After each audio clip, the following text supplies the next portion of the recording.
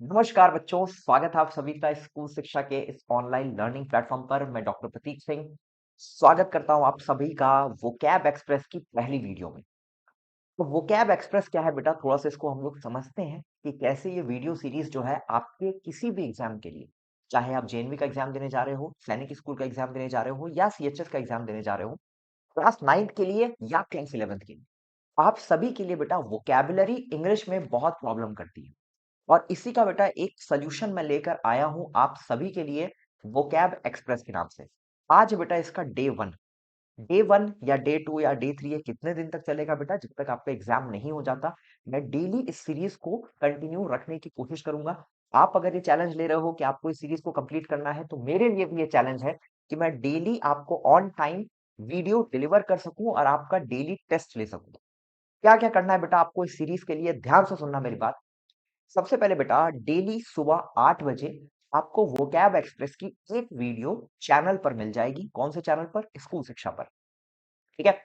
चाहे आप सीएचएस की तैयारी कर रहे हो, जेएनवी की तैयारी कर रहे हो, सैनिक स्कूल की तैयारी कर रहे हो, क्लास 9th या क्लास 11th के लिए, इंग्लिश आप सबके लिए कॉमन सब्जेक्ट है। वोकैबुलरी बेटा ऐसा नहीं होता कि 9th के लिए अलग, 11th के लिए अलग।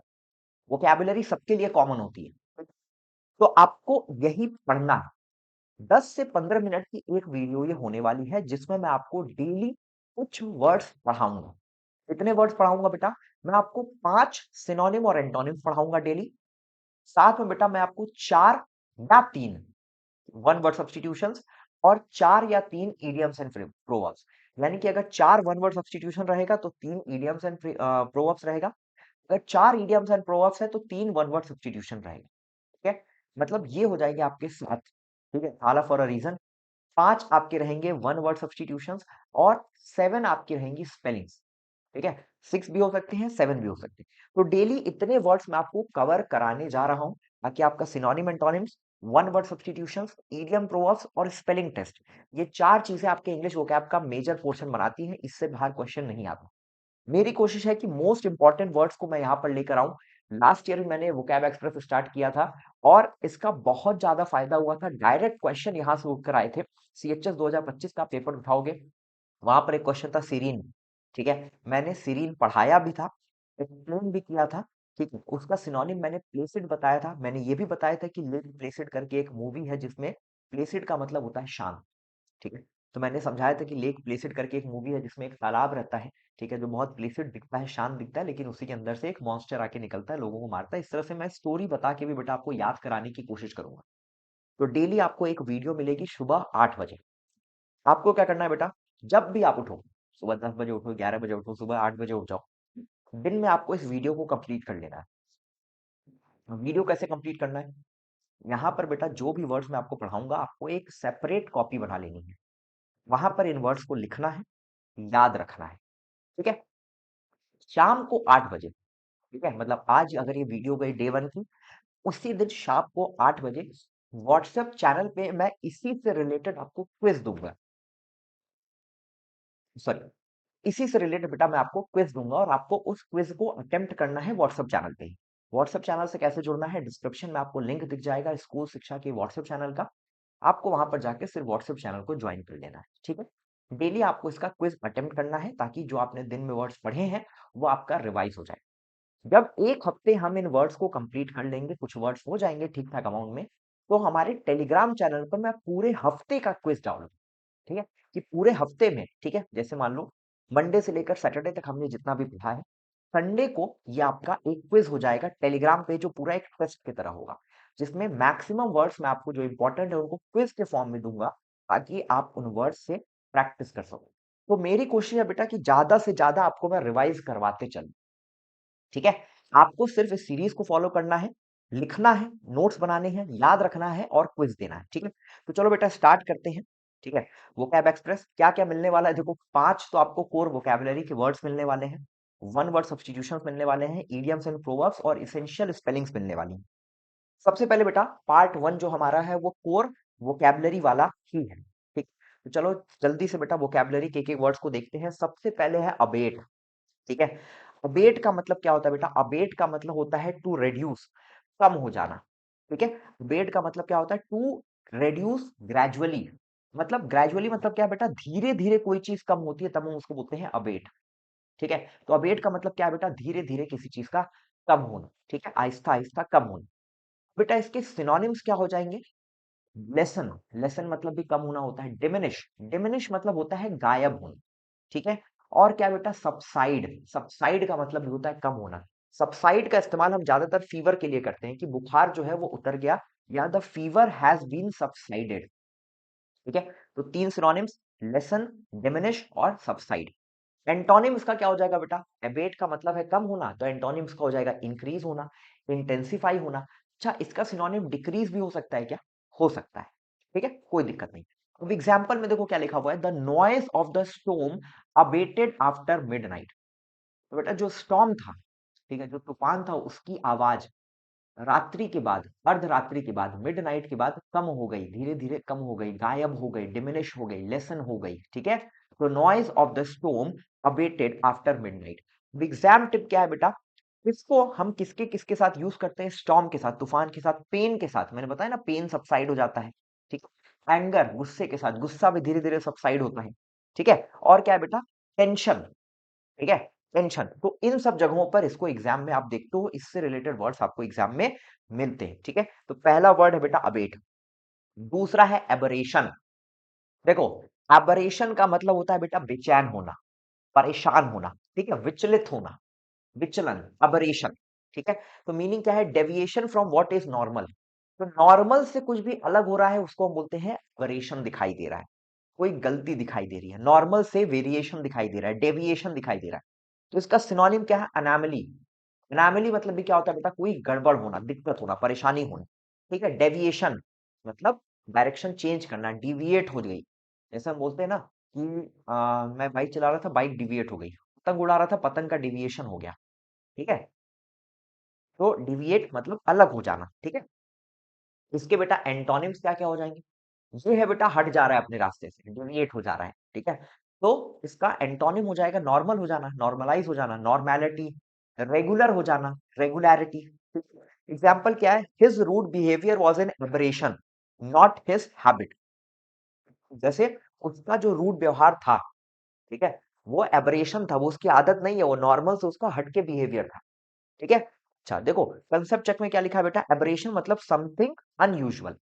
एबरेशन मतलब क्या है, कोई चीज बेटा जो नॉर्मल नहीं है, जो रेगुलर नहीं है, अपनी जिस स्थिति में रहता है उस स्थिति में नहीं है, तो इसका मतलब होता है बेटा एबरेशन, ठीक है।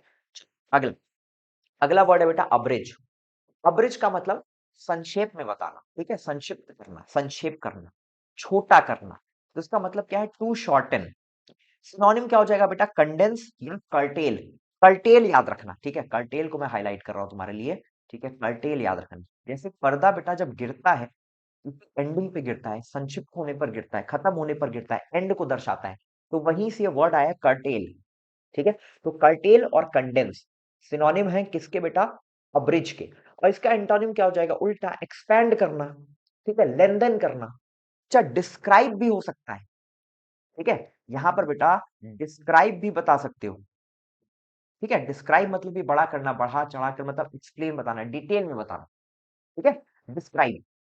The novel was abridged for young readers, ठीक है। नॉवल को बेटा यंग रीडर्स के लिए छोटा कर दिया गया, मान लो कोई बहुत बड़ी नॉवल है, उसको कंडेंस कर दिया गया, छोटा कर दिया गया यंग रीडर्स के लिए, ठीक है। अब देखो अब्रिज और अबॉलिश। एबॉलिश का मतलब होता है पूरी तरह से खत्म कर देना, और अब्रिज का मतलब होता है छोटा कर देना। अब्रिज और अबॉलिश में अंतर भी देख लो, ठीक है, ये भी एक वर्ड मेंशन्ड है। आगे चलते हैं बेटा, अब है एबिस्मल, ठीक है। एबिस्मल, एबिस्मल मतलब क्या होता है बेटा, कोई चीज जो बहुत ज्यादा खराब हो, अत्यंत खराब, ठीक है, अत्यंत खराब, अत्यंत खराब, ठीक है, एक्सट्रीमली बैड, उसको हम बोलते हैं एबिस्मल, ठीक है। इसका सिनोनिम क्या हो जाएगा बेटा, ड्रेडफुल, पॉलिंग, ठीक है। अब पीलिंग नहीं लिखा है, अब पॉलिंग लिखा है, अब पॉलिंग, ठीक है, याद रखना, पॉलिंग। तो इसके एंटोनिम्स क्या हो जाएंगे बेटा, एक्सीलेंट, सुपर, ठीक है, खराब का अच्छा, ठीक है। तो एक्सट्रीमली बैड, ड्रेडफुल, पॉलिंग, ठीक है। The team performance was abysmal, ठीक है, डिजास्टर भी बोल सकते हो, ठीक है। डिजास्टर मतलब भी क्या होता है बेटा, नष्ट हो जाना, तहस नहस हो जाना, कोई आपदा आ जाना, ठीक है, तो डिजास्टर भी बोल सकते हो। एबिस्मल में देखो क्या आ रहा है बेटा, एबिस, एबिस का मतलब होता है डीप पिट, बड़ा गड्ढा, ठीक है, जिसका मतलब क्या है, वेरी बैड, कोई चीज जो बहुत खराब हो, ठीक है। तो एबिस्मल किस वर्ड से आया बेटा? एबिस से आया, जिसका मतलब होता है डीप पिट, ठीक है, गहरा गड्ढा। मतलब कि क्या सिग्निफाई कर रहा है बेटा? किसी बहुत बुरी चीज के बारे में हमको बता रहा, ठीक है। चलो, इसके बाद है बेटा एक्वियंस, ठीक है। एक्वियंस, ठीक है। एक्वियंस मतलब क्या होता है बेटा? मौन सहमति देना, कुछ बोलना नहीं, मुंडी लगना, हाँ ठीक है, ठीक है। बहुत ज्यादा बड़ी हामी नहीं भरना, ठीक है। टू अग्री साइलेंटली, ठीक है। तो इसका सिनोनिम क्या हो जाएगा? कंप्लाई, कंसेंट, ठीक है। एक्सेप्ट भी बोल सकते हो कि एक्सेप्ट लिया उसने, मान लिया, ठीक है, एक्सेप्ट कर लिया, मान लिया, ठीक है। तो इसका एंटोनिम क्या हो जाएगा बेटा? रेजिस्ट करना, ऑब्जेक्ट करना, अपोज करना, ठीक है। ये सब इसके एंटोनिम्स हो जाएंगे। He acquiesced to the decision without protest. Protest मतलब क्या बेटा? विद्रोह करना। तो बिना विद्रोह किए उसने जो भी डिसीजन था उसको मान लिया, ठीक है, चुपचाप मान लिया, ठीक है। तो यहाँ पर बेटा कोई लाउड एग्रीमेंट नहीं है, सिर्फ साइलेंट एक्सेप्टेंस है, ठीक है। कोई भी चिल्ला के हामी नहीं भरा, ठीक है।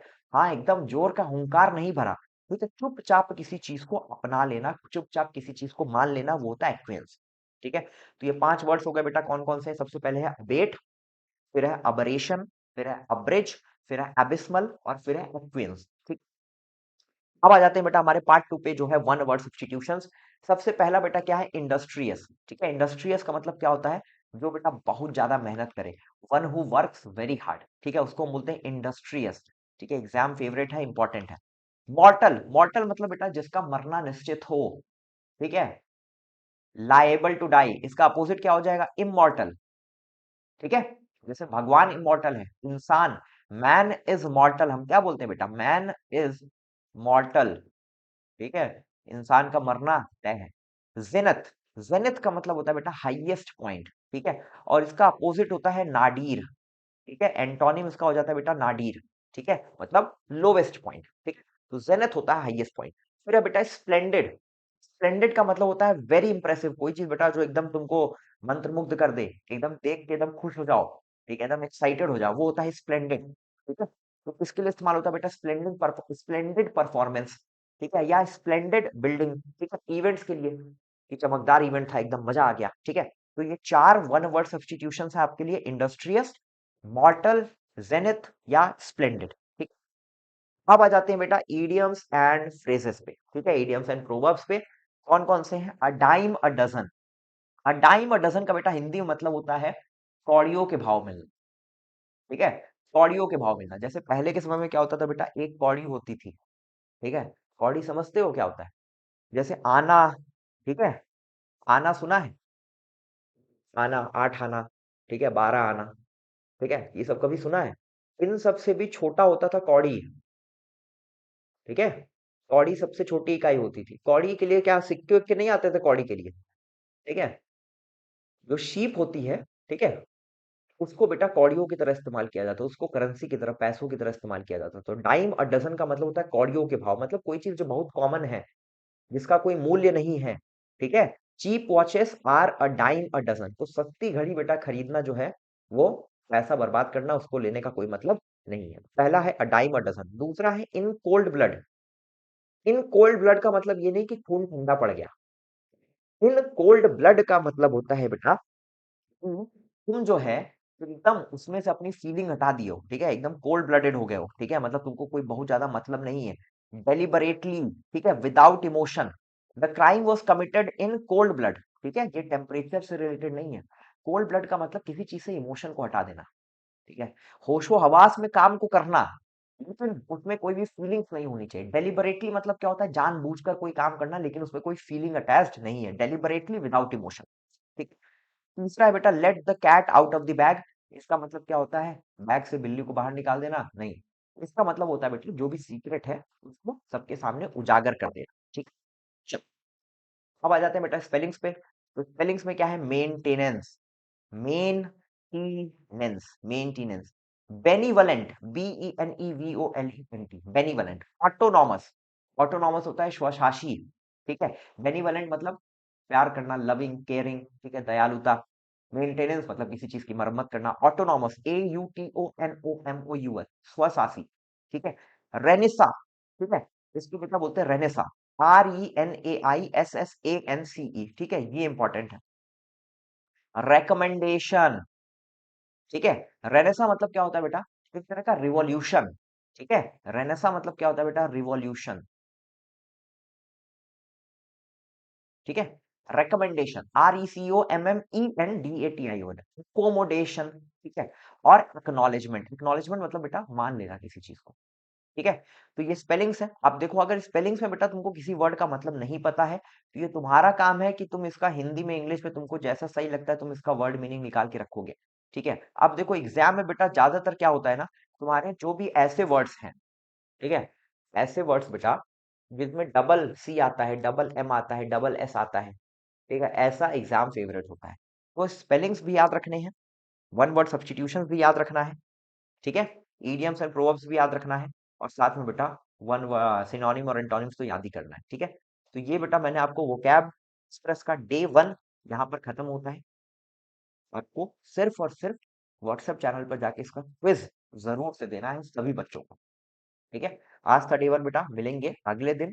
तब तक के लिए पढ़ाई करते रहिए, all the very best. CHS JNV और सैनिक स्कूल की तैयारी के लिए बेटा इंग्लिश के वोकैबुलरी की टेंशन अब आपको नहीं लेनी है, सिर्फ इसको ब्लाइंडली फॉलो करना है। मैं मिलूंगा डे 2 में, तब तक के लिए all the very best, thank you so much. और सीरीज अच्छी लगे बेटा तो उसको खूब शेयर करना, ठीक है।